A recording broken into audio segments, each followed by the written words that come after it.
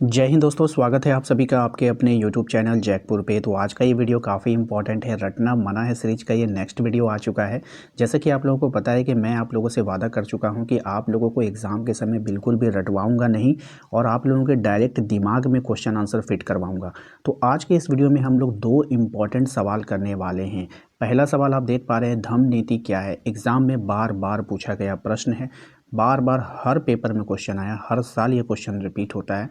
तो most important है, बस एक बार इसको अच्छे से समझ लीजिए, उसके बाद खुद से लिखने का प्रयास कीजिएगा। आसानी से आप इसका आंसर लिख पा रहे होंगे, ठीक है। ये क्वेश्चन आप लोगों के एग्ज़ाम में अगर पूछा जाएगा तो ये 3 नंबर के लिए पूछा जाएगा।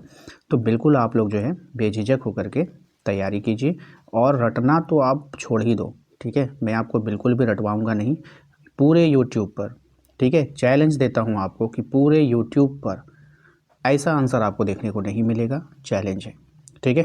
आइए शुरू करते हैं हम लोग। चैनल पे जो लोग पहली बार आए हैं सब्सक्राइब जरूर कर लीजिएगा, बेल आइकन को प्रेस कर लीजिए ताकि आने वाली हर एक वीडियो का नोटिफिकेशन आपके मोबाइल पे आता रहे। और सबसे ज़रूरी बात जो है वो है आपका कि आप हमारे व्हाट्सएप ग्रुप को जरूर ज्वाइन कीजिएगा। इस नंबर पे आपको सिर्फ व्हाट्सएप पे मैसेज करना है, आपको लिंक मिल जाएगा, आप व्हाट्सएप ग्रुप ज्वाइन कर लीजिएगा, ठीक है। देखिए, सवाल था आपका कि धम्म नीति क्या है, ठीक है। क्या है सवाल, ध्यान से समझिएगा। सवाल में आपसे बोला गया है धम्म नीति क्या है। अब इसको हम लोग कहानी की तरह आसान भाषा में समझते हैं, ठीक है।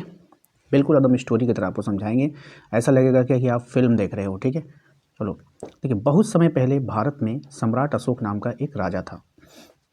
समझे, कोई दिक्कत किसी को?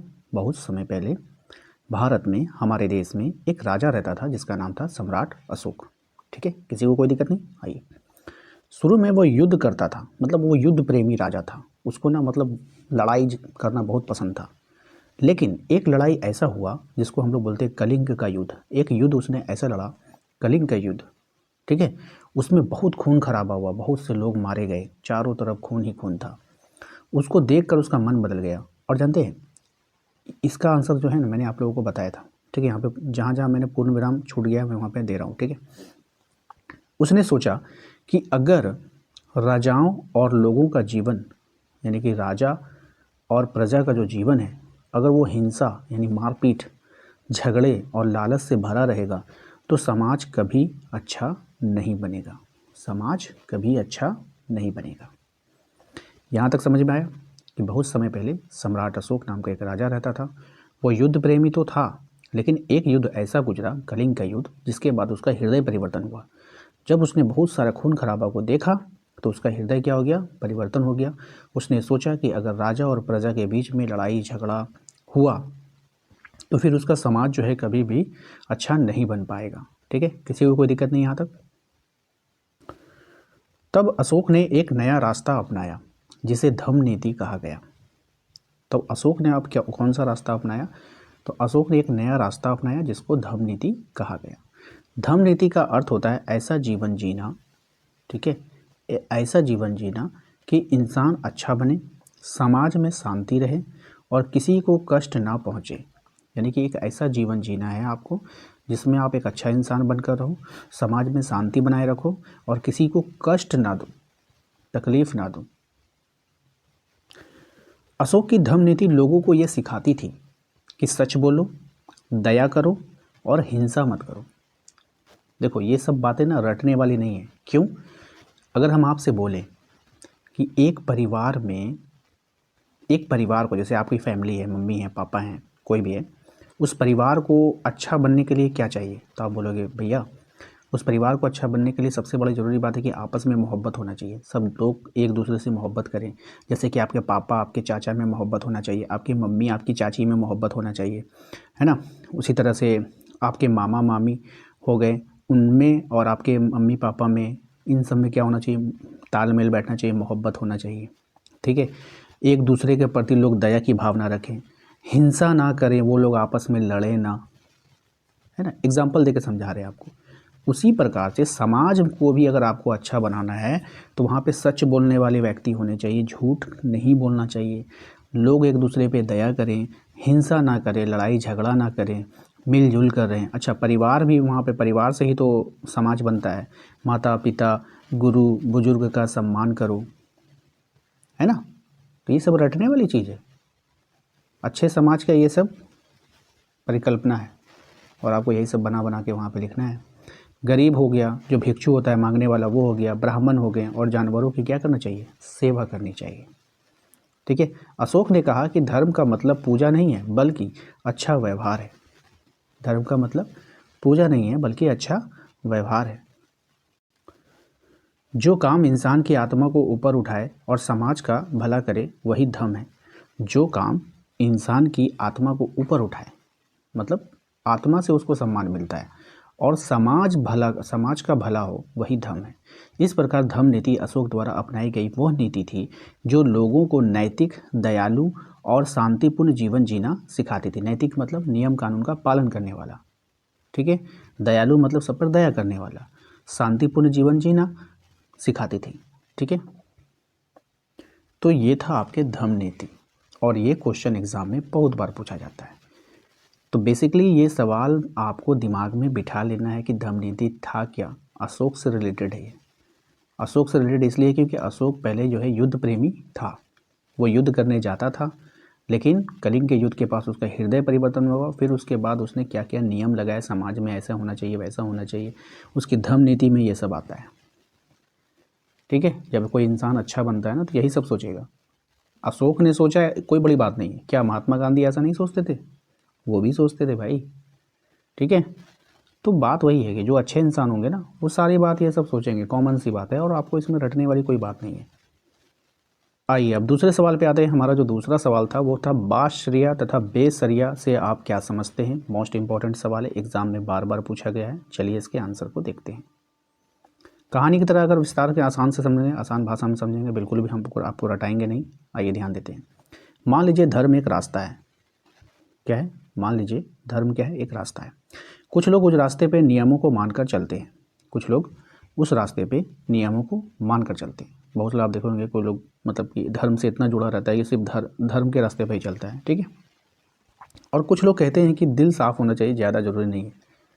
अब उसको आप बोलोगे भैया पूजा कर लो, भैया नमाज़ पढ़ लो, तो वो बोलेगा अरे यार ये सब कुछ नहीं है, ठीक है। दिल साफ़ होना चाहिए, दिल से हम ईश्वर को प्राप्त कर लें, ऐसा बोलेंगे कुछ लोग, है ना।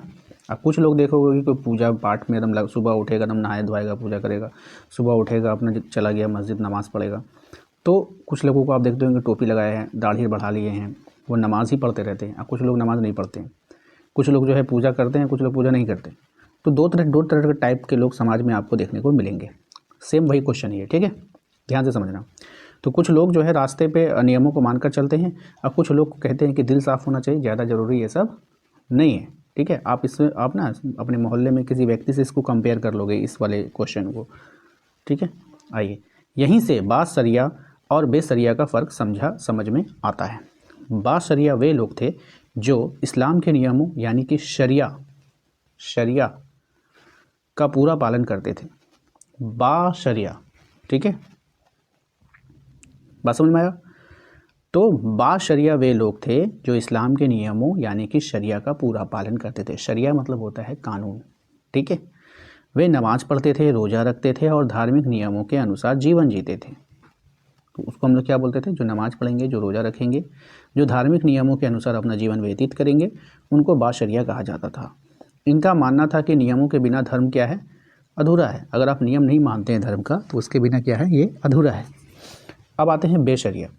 बेशरिया वे सूफी फ़कीर थे जो कहते थे कि ईश्वर दिल में बसता है, बाहरी नियमों में नहीं। वे सादा जीवन जीते थे, त्याग और ब्रह्मचारी अपनाते थे, धार्मिक दिखावे और कठोर नियमों से दूर रहते थे, है ना। मतलब वो लोग बस फ़कीर टाइप के हैं, उनको नमाज से कोई मतलब नहीं है। इस्लाम के मतलब की रिलेटेड हम आपको बता रहे हैं। वो ज़्यादा कुछ नहीं करते, बस दिल साफ़ रखते थे, मांगते चलते थे। बहुत सब देखते होंगे कि कुछ फ़कीर जो आते हैं वो मतलब कि मांग रहे हैं, मांग के खा रहे हैं, और ज़्यादातर लोग उनको जो है नमाज से कोई मतलब नहीं रहता था। इस्लाम में क्या होता है ना कि जैसे कि पूजा पाठ में सबसे ज़्यादा इम्पोर्टेंट उसका नमाज है। वो 5 बार नमाज़ पढ़ना अनिवार्य है उनका प्रतिदिन, डेली।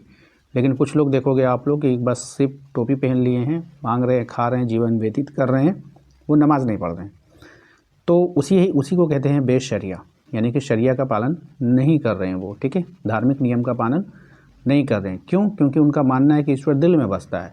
बाहरी नियमों में सादा जीवन जीते थे वो और त्याग ब्रह्मचार्य अपनाते थे, यानी कि ब्रह्मचार्य का नियम जैसे हम लोग में जैसे कि हिंदू धर्म में भी आप देखोगे कि ब्रह्मचार्य का पालन नहीं ब्रह्मचार्य लोग बहुत से आप लोग देखोगे शादी नहीं करेंगे, बस धार्मिक जीवन में ही जीवन जीते चले जाएंगे। तो वही बात यहाँ पे कहा गया है कि बेशरिया वे सूफ़ी फ़कीर थे जो कहते थे कि ईश्वर दिल में बसता है, बाहरी नियमों में नहीं। वे सादा जीवन जीते थे, त्याग और ब्रह्मचार्य अपनाते थे, धार्मिक दिखावे और कठोर नियमों से क्या रहते थे, दूर रहते थे। अब ये जो बेशरिया लोग होते थे जो नियम का पालन नहीं करते थे, सिलसिला नाम के समूह में रहते थे। एक समूह था जिसका नाम था सिलसिला, ठीक है। हर सिलसिले में एक गुरु होता था जिसे पीर कहा जाता था। उन लोग अपने एक गुरु बना लेते थे, उनको पीर कहते थे। पीर अपने बाद अपने शिष्यों को उत्तराधिकारी बनाता था, ठीक है। जैसे कोई पीर है और उसके चेले लोग यहाँ पे बैठे हैं, जब इनका जाने का वक्त होगा, मरने वक्त, तो वो किसी एक को जो है अपना उत्तराधिकारी बना देगा, उसको पीर बना देगा, फिर सब लोग उसको फॉलो करने लगेंगे। इस तरह से जो है ये चलता था बेशरिया में। दीक्षा के समय शिष्य को गुरु के सामने सिर झुकाना, सिर मुड़वाना और साधारण वस्त्र पहनना पड़ता था। ये सब नियम थे बेशरिया के, ठीक है। बेशरिया लोग अलग अलग नामों से भी जाने जाते थे, जैसे कलंदर, मदारी, मलंग और हैदरी, ठीक है। इसको जो अगर कोई बोलता है कि मैं कलंदर हूँ, समझ जाओ कि वो बेशरिया है, वो शरिया कानून को नहीं मान रहा है। मतलब कि इस्लाम के जो कठोर कानून हैं या फिर जो स्ट्रिक्ट नियम है कि आपको नमाज़ पढ़ना है, रोज़ा रखना है, ठीक है, और बहुत सारे उसके नियम हैं, मतलब कि पाप नहीं करना है, पुण्य के रास्ते पे चलना है, तो वो उसको नहीं मान रहा है, ठीक है। मदारी, अब बोलेगा मैं मदारी हूँ, बोलेगा मैं मलंग हूँ, मलंग, ठीक है। मलंग लोग को आप देखेंगे कि बस फ़कीर का चोला में रहेंगे, हाथ में बहुत सारा ताबीज़ वगैरह पहने रहेंगे। कोई बोलेगा मैं हम हैदरी हैं, तो वो लोग जो है शरिया को नहीं मानते, वो बेशरिया हैं, ठीक है। ध्यान रखना इसका। इस प्रकार बाशरिया नियमों के साथ धर्म मानने वाले लोग थे। शॉर्ट में आप समझ लो, बाशरिया नियमों के साथ धर्म मानने वाले लोग थे और बेशरिया दिल की शुद्धता से सबसे बड़ा धर्म मानने वाले लोग थे। दोनों का अंतर समझ में आ गया आप कि बाशरिया वाले कौन थे और बेशरिया वाले कौन थे। बाशरिया जो शरिया को मानते थे, इस्लाम के नियमों को मानते थे और उनके बताए गए रास्ते पे चलते थे। और इसमें बहुत सारी बातें आ जाएंगी, जैसे कि नमाज़ पढ़ना, रोज़ा रखना, ठीक है, झूठ नहीं बोलना, चोरी नहीं करना, हज करना, ठीक है। उसके बाद और आता है इस्लाम में ज़कात, जिसको टैक्स बोलते हैं, वो देना, ठीक है। तो इस तरह से जो है आप बाशरिया के डिटेल्स में लिख सकते हैं। इस पर एक मतलब कि आप जब लिखने जाओगे बाशरिया के बारे में, नहीं समझे, ऐसा तो नहीं है कि आप लोग को इस्लाम के बारे में कुछ जानकारी नहीं होगा, ठीक है। जैसे कि इस्लाम धर्म में जो लोग होते हैं वो नमाज़ पढ़ते हैं, सबसे पहला बात आप लोगों को पता ही होगा, ठीक है। उसके बाद वो लोग रोज़ा भी रखते हैं, ये भी पता है ना पता। अच्छा, वो लोग जो है झूठ नहीं बोलना चाहिए, झूठ के बहुत खिलाफ़ होते हैं, झूठ नहीं बोलना चाहिए, चोरी नहीं करना चाहिए, ठीक है। उसके बाद है हज पे जाना चाहिए, एक वर्ड जोड़ लीजिएगा, ज़कात देना चाहिए। तो ये सब जो है बाशरिया में आ जाएगा, ठीक है। और ये लोग बेशरिया लोग क्या थे, एक फ़कीरी जीवन जीते थे, इस्लाम के नियमों का पालन जो है वो लोग नहीं करते थे, बल्कि अपने मुताबिक सादा ज़िंदगी जीते थे, ब्रह्मचार्य ज़िंदगी जीते थे। उनका कहना था कि दिल से ही ईश्वर को प्राप्त किया जा सकता है, बाहरी नियम से नहीं किया जा सकता। ये सब बेशरिया का मतलब हो गया इन सब नियमों से बचना, ठीक है, इन सब नियमों से बचना, ओके। तो आशा करते हैं कि आप लोगों को फुल समझ में आ चुका होगा कि बाशरिया और बेशरिया क्या है। और इसके पहले जो हमने सवाल आपको बताया धम्म नीति, ये दोनों सवाल मोस्ट इम्पॉर्टेंट की कैटेगरी में आते हैं। आज ही आप लोगों को इन सवालों को वीडियोस को 1 से 2 बार देखना है। प्लीज़ इसको उतारने का कोशिश ना करें, आप लोग खुद से लिखने का कोशिश करें। बहुत सारे बच्चे कमेंट करते हैं कि भैया अगर मैं इस तरह से आंसर बनाकर लिखूँगा हमारा सही होगा। बिल्कुल होगा भाई, क्योंकि जब आप एग्ज़ाम में पेपर देने जाते हो तो वहाँ पे साफ अक्षरों में लिखा रहता है कि विद्यार्थी यथासंभव प्रश्नों का उत्तर अपने शब्दों में दें। तो आपको अपने शब्दों में आंसर देना है, किसी बुक के शब्दों में नहीं देना है, ठीक है। तो चलिए मिलते हैं नेक्स्ट अगले वीडियो में। मैंने अलग से प्लेलिस्ट बना दिया है। और हाँ, एग्ज़ाम काफ़ी नज़दीक है, लास्ट समय में आप लोगों को PYQ प्लस मॉडल पेपर का रिवीजन ज़रूर करना चाहिए, ठीक है। और मैंने PYQ मॉडल पेपर का एक ई-बुक बना दिया था, पता नहीं आप लोगों ने लिया है या नहीं लिया है। जो लोग ले लिए हैं उसको अच्छा से रिवीजन कर लीजिएगा, जो लोग नहीं लिए हैं हमारे दिए गए नंबर पे बात करके आप ई बुक ज़रूर प्राप्त कर लेंगे। ठीक है, मिलते हैं नेक्स्ट अगले वीडियो में। Thank you.